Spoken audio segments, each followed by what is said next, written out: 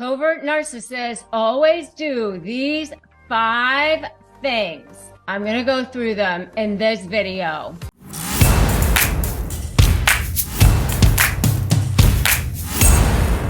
Hi, I'm Rebecca Zung. I am a globally recognized narcissist negotiation expert, and I have also dealt with a couple of covert narcissists, and I know what they do. And if you're an empath, you better beware, because I'm also an empath and I have dealt with more than my fair share of covert narcissists, but definitely have been targeted by a few. And this is why I do what I do. I am an attorney. I have dealt with them in my practice. I have helped many people through my programs as well now. So I know exactly categorically how to keep them away from me in my space now. But I've also had to deal with them on a personal level, and I know how they get to you. I know how they get in your cells, in your body, in your head, in your soul. And I know that feeling of that powerlessness and that paranoia and what they do. And the worst one, they're really the worst ones, because everyone else thinks that they're so amazing. Everyone else thinks that they're so kind, so nice, so wonderful. And that's why they are so dangerous. And there are 5 things that they always do. And I want you to know what they are, because if you're an empath, you better beware. Make sure you subscribe and you hit that notification bell, because you want to be able to get all the information that you can so that you can survive. And if you are dealing with a narcissist in a negotiation situation, make sure you've gotten my free Crush My Negotiation Prep worksheet at winmynegotiation.com. It's actually a free ebook, and you can get that there. One thing is that they have a public persona that is so nice and so kind, and they're like humble and sometimes, charming and wonderful. And I know the ones that I dealt with, they were actually female. And a lot of times people don't even think that covert narcissists can be female, or narcissists at all can be female. I know for me, I thought narcissists were really misogynistic, boastful, bragging, the type that would come into a restaurant, demand the best tables, were treating women poorly, tell everybody how great they are. That's not necessarily what a narcissist is. Just because you say something good about yourself, that doesn't make you a narcissist, A narcissist can be humble on the surface. This is a person who publicly can be wonderful, but privately is pure hell for the person who they're dealing with. And that is what a covert is, covertly. Only the people who are dealing with this person really knows what it's like. And that's why it is so awful to deal with them. That's one of the reasons why they're a covert narcissist. So that's the first thing. The second thing is that they're passive aggressive. What that means is that, they might say that they're going to pick something up for you from the store because they're going there anyway. And they just accidentally forget your thing. Oh, I meant to get that. I forgot. Passive aggressive. They say that they're going to complete a task at work that is supposed to be for you, and it just doesn't ever get done. And then you have to kind of keep nagging them about it. That is passive aggressive. There's always this plausible deniability around them, where they can kind of go, I thought I did that. Oh, I didn't mean that for you. That is always something that you're dealing with a covert narcissist. Number 3 is they use guilt a lot of times to manipulate people. It's okay. I'm fine.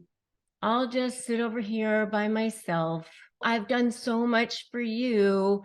I go out of my way to do so many things for everybody else, but no one does anything for me. But that's all right. I'll just sit over here by myself, that kind of thing. So they use guilt to manipulate people to do things for them. So that's the third thing. Number 4 is that they are very easily slighted. So, you're constantly kind of tiptoeing around their emotions. You never really know how they're going to take something because they're very fragile. Just the slightest of things can make their feelings be hurt, or they're going to set them off. They're going to be upset about it, or they're going to feel like they're being criticized, or they're going to feel like they're being judged about something. So, you're constantly having to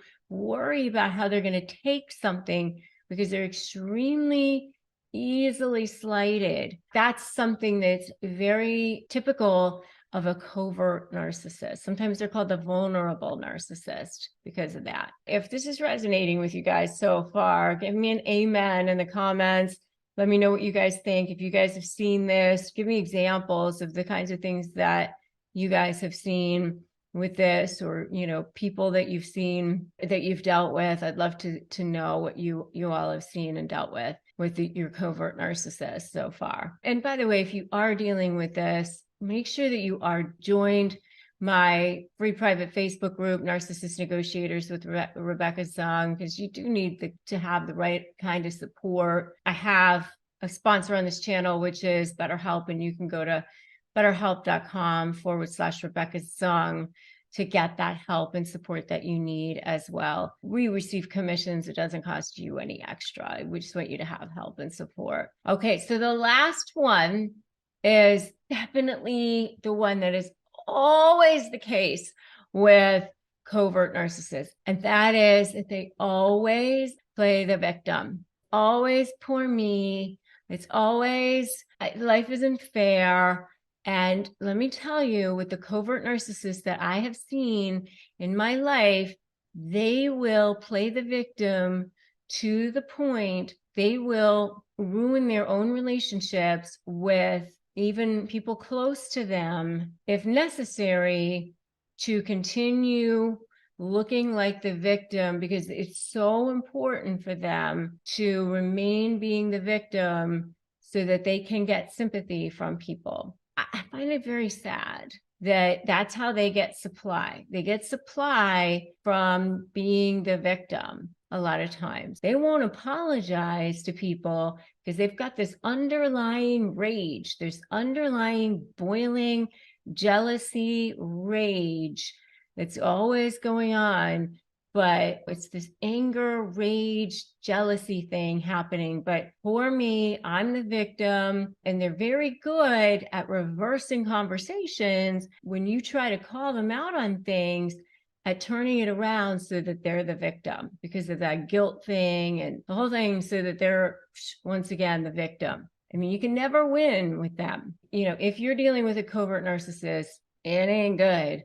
And they will suck the life out of you. They will drain you to your core. All right. So here are 10 phrases that stop narcissists. All right. Number 1 is, I agree with you. I agree with you. This is one of my favorite ones. This is one of my favorite ones because it will actually tell you how to, basically shut down a narcissist and stop that narcissist in a way that's basically, I know you're saying, I agree with you. And you're like, what? Hear me out on this. What the rest of your sentence is going to be, I agree with you that we can't agree. I agree with you that that's what you think. You just have to be careful that you're not going to say, I agree with you that obviously that I'm a deadbeat mom or whatever. But you can say, I agree that that's your opinion. I agree that that's what you think. You're basically agreeing with nothing. They hear I agree, and it just stops them. Because what else are they going to say at that point? Our empathic nature is to want to feel things. We want to give vulnerably. We want to be in conversation. We want to have resolutions to things. You're not getting that. So that's the first thing that you need to understand here. You're not going to get a narcissist to acknowledge you. You're not going to get closure. You're not going to get them to see your side. But what you can do is start to have boundaries. What you can do is start to have protection of you, protection of your feelings, protection of the toxicity. And that's what you need to start doing. One of the things I say is step 1, don't run. Step 2, make a U-turn. Step 3, break free. So that first step of don't run, that's where you're creating those boundaries. That's where you're starting to say, I need to put up some walls here. I need to start having some place here where I'm not having all this toxicity in my space anymore. Okay. So I agree with you that that's what you think, but you're having a boundary there. And also, if you go to disarmthenarc.com, you can there's some of these, but there's also more free phrases for disarming narcissists that will help you so much. So just go to disarmthenarc.com and you'll get free phrases for disarming narcissists. My gift to you. I'm not going to argue with you. That's number 2. I'm not going to argue with you.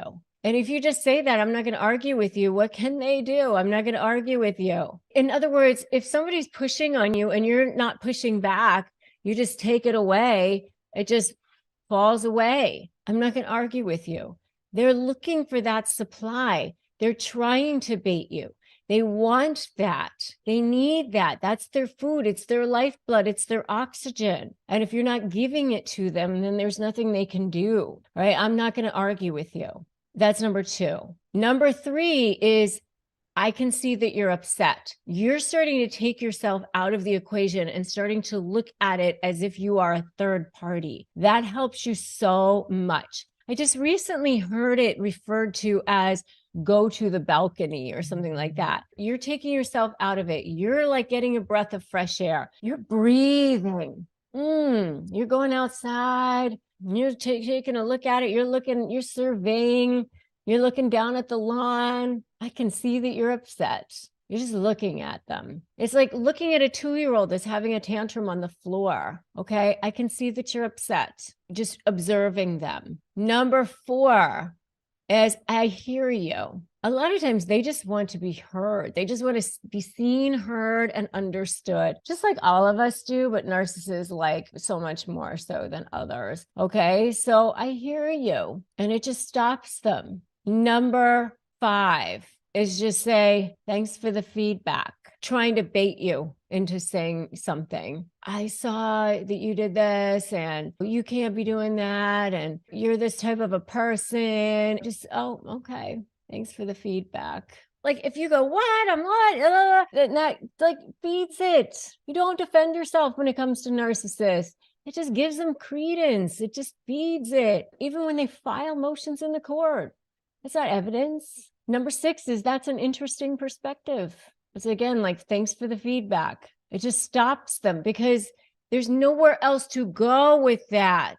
Number 7 is once you've created boundaries, then you can say, I'm going to have to ask you to respect my boundaries. It gets you a little bit more. You're pushing back a little bit more. It may feel unfamiliar. It's unfamiliar to them too, but it's good for you. It's good to stand up. Number 8, your approach is not working for me. Oh, I love that one. I love using it, and I love hearing it when people have used it. This approach is not working for me. I've used it myself when I've been practicing law. This is not working for me, this approach, especially if somebody's extremely aggressive. I've used it in negotiations. Number 9 is just say, okay. Especially if they say something that they think is going to be extremely inflammatory. I want a divorce, or I want just say, oh, okay. And then what are they going to do? I'm cutting you off financially. Okay. When they throw out these threats or whatever, and you just say, okay, there's nothing else more than they can say. There's no more threat there. There's no more leverage. And by the way, which ones are you liking, guys, so far? I want to know in the comments. Let me know which one is your favorite so far. And if these are sounding good, I want you to say that too. Say sounds good in the comments. And number 10 is, if we're going to continue to communicate, I'm going to have to ask you to speak to me in a way that's respectful. You're going to have to be respectful. Be respectful. Nobody can argue with that. And if they do, then you can get up and walk away. Nobody has the right to speak to you in a way that's disrespectful. I always say, you know what's negotiable? Contracts, issues, terms. You know what's not negotiable? Your self-respect. I have a new book now that is in pre-order that I want to tell you all about. I'm so excited about it because, my goodness, Chris Voss wrote the foreword for it, and I've got all kinds of goodies for you. I want you to have this as something that's going to be a resource for you, that's going to help you stand up to narcissists, going to help you take your life back, take your confidence back, make you feel authentically you. So go to slaythebully.com and you can pre-order it now. And if you pre-order it now, you'll actually be able to get the entire manuscript early. So that's pretty darn cool. So slaythebully.com, and you can do that. So now, accepting this will free you from the narcissist. It is so hard to go from where you are now to where you want to be. It feels so difficult. And I know when I'm doing my master classes, when I'm teaching, when I'm around the world talking to people, that's the one thing. It's like, how do you get from where you are now to where you want to go? And, you know, where you are now, a lot of times is this dark hole, this place that feels so hopeless a lot of times, or just drained, or just exhausted. And where you want to go it just seems so far away. It just seems impossible, because a lot of times it just feels like everybody's believing their lies, or maybe you've been drained from money, or maybe you've been through the court system and it feels like the judge just keeps believing them, or the lawyers keep believing them, or they keep getting away with everything. And you just keep thinking, you know, how am I going to get where I want to go? I just want you to have some things that I think are going to start to have you break free. Because one of the things that I think part of it is that you have to understand that there's always going to be narcissists in the world, and they're always going to be toxic. And part of my program, my Slay program, is, you know, strategy, leverage, anticipate, and you. But the why is the you. And, you know, it's your mindset and focusing on you, and you being on the offensive, and you becoming the most incredible, powerful, confident, authentic, strong version of yourself. I focus on that because that is a narcissist kryptonite, because they don't know who they are. They don't know anything about their own power. They derive their power from external sources always. That's why they're constantly looking for these external sources. And that's actually the cheapest form of power, and the most scary form of power, frankly, because it's all built on a house of cards at all times. They're constantly running a scam. By you accepting who you are and knowing who you are and knowing your power, it's the best form. And what really will free you from that narcissist is accepting the fact that they're not going to change, accepting the fact that you're not getting closure from them, accepting the fact that you're never going to get them to see your side. They're never going to be able to do that, because they don't have the ability to do that.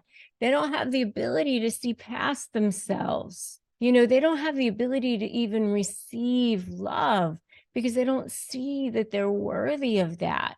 It's like, you know, in order to receive love, you have to have a vessel for it. You know, they don't have that.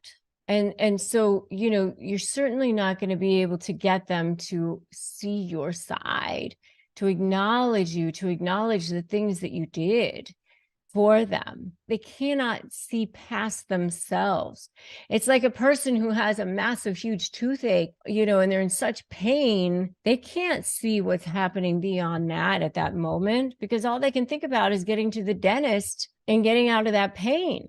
And that's really what's going on with them at that time. They're in massive survival mode all the time. So you're not going to be able to get them to, you don't have remorse. You're not going to be able to get them to give you that closure. You're not going to be able to have them stop and give them that resolution, that thing that you want, that loop closed. It's not going to happen. And by you constantly wanting that, or you thinking that you're going to somehow beat them by getting them to see that you won, you're never going to be free. Because every time you try to up that ante, they're going to try to up it too. The best thing to do is, let them have the optics of whatever. If you can get what you want, but kind of not let them even know that you got what you wanted,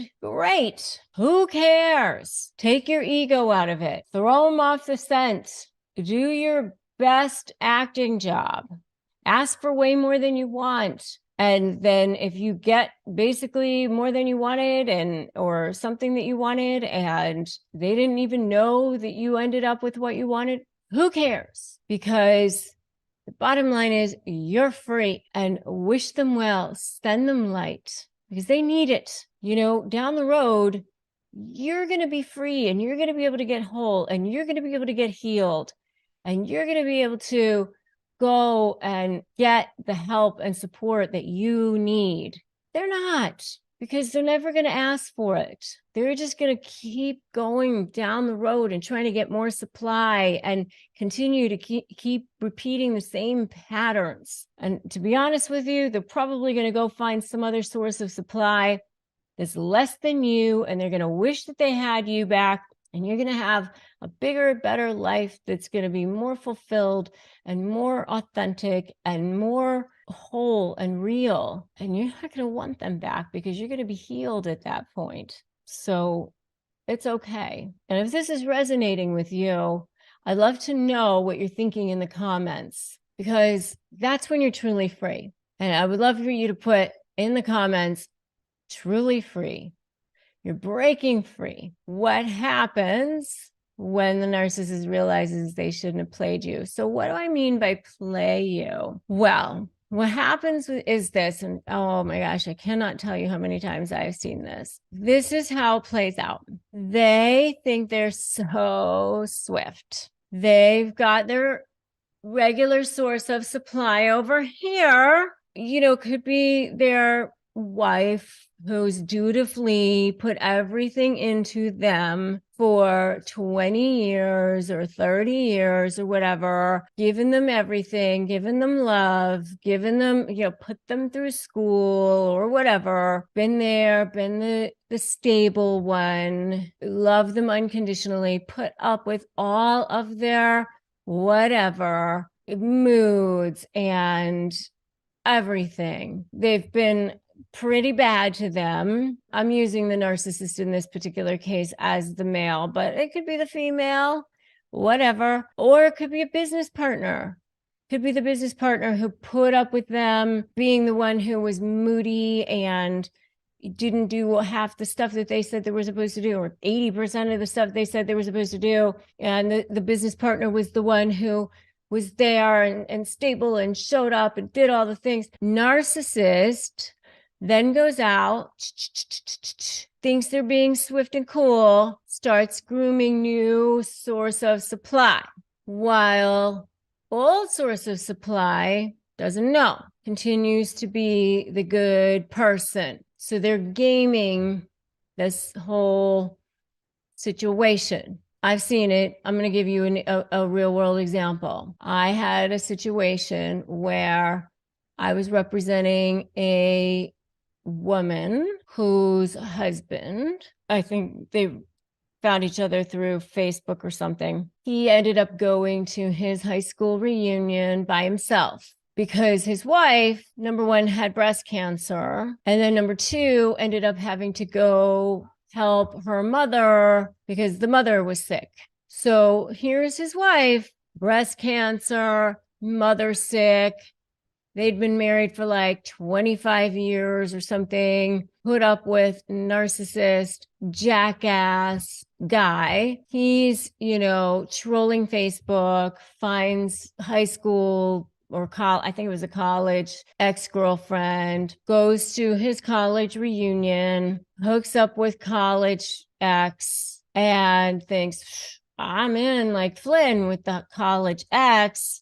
This college ex is, better source of supply in some way, whatever, thinks that person's going to be better. Goes back to wife who'd been the great person for him, had put him through school, had been the supportive, stable one for him, raised his children, all of that. Says, I want a divorce. Wife is devastated, can't believe it. I can't believe you would do this to me.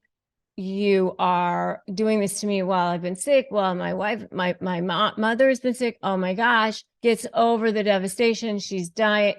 Not dying, but she's like, she can't believe that he's doing this to her. So I'm her attorney. Okay. So I get to see front row this whole thing where she's devastated and he's like, and throughout the whole thing, he's trying to like comfort her and she's like, get off me, whatever. They go through the divorce. She ends up going to live with their daughter because she's so devastated, picks up the pieces of her life, finally gets herself together, meets another man. She's actually stronger and better than ever. She starts taking dancing lessons. She realizes, hey, my life is actually better than it's ever been. I found somebody who actually loves me. I'm traveling. This guy did me a favor. I'm happier than I've ever been. This is great. Thank you for doing this. Meanwhile, I know you can predict the end of this story. High school girlfriend, she decides, I don't need this dude. Kicks him out. So guess what? Narcissist realizes he shouldn't have played her and realizes, I want her back. I don't like this anymore. So tries to go back to the other one and, oh no, realizes that, geez, she was the loyal one. She was the good one. She put up with me. That's where I had felt safe. I could treat her however I wanted. And she'd put up with me. And, oh, well, too bad, so sad. No, thank you. That's what happens when a narcissist realizes maybe they shouldn't have played you, but it's too late at that point. I have seen that particular story play out over and over and over again because narcissists don't realize how good they have it until it's gone. They always try to go back. They go into these patterns, but you will grow. You will expand. You will learn. You will get better. You will find peace and joy and happiness. And because you, as an empath, will learn how to heal. Narcissists don't. If you are a person who's open and trainable and coachable and willing to do therapy and willing to expand, then your life will be so much better. But a narcissist won't. I often think about that Stevie Nicks song where, thunder always happens when it's raining. Players always only love you when you're playing. You can never go back. They'll realize what they've had when it's gone. And that will be karma. That's what happens with karma. That's what happens when a narcissist realizes that they shouldn't have played you. And you'll just be the bigger person and you'll send them light. But from over there, that's what you'll do. So I'd love to know what you think. I'd love to know what your thoughts are. Put them in below in the comments. And if you need additional help and support, make sure you get it. If you are dealing with a narcissist, by the way, in a negotiation setting, get my free Crush My Negotiation Prep worksheet at winmynegotiation.com. It's a 15-page ebook. It's literally helped thousands of people. Join my free private Facebook group, Narcissist Negotiators with Rebecca Zung.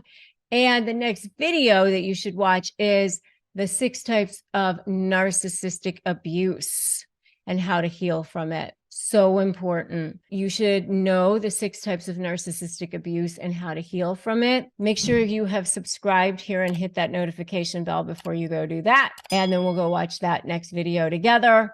I'm Rebecca Zung. And remember, today is a great day to start negotiating your best life. And I will see you in that next video.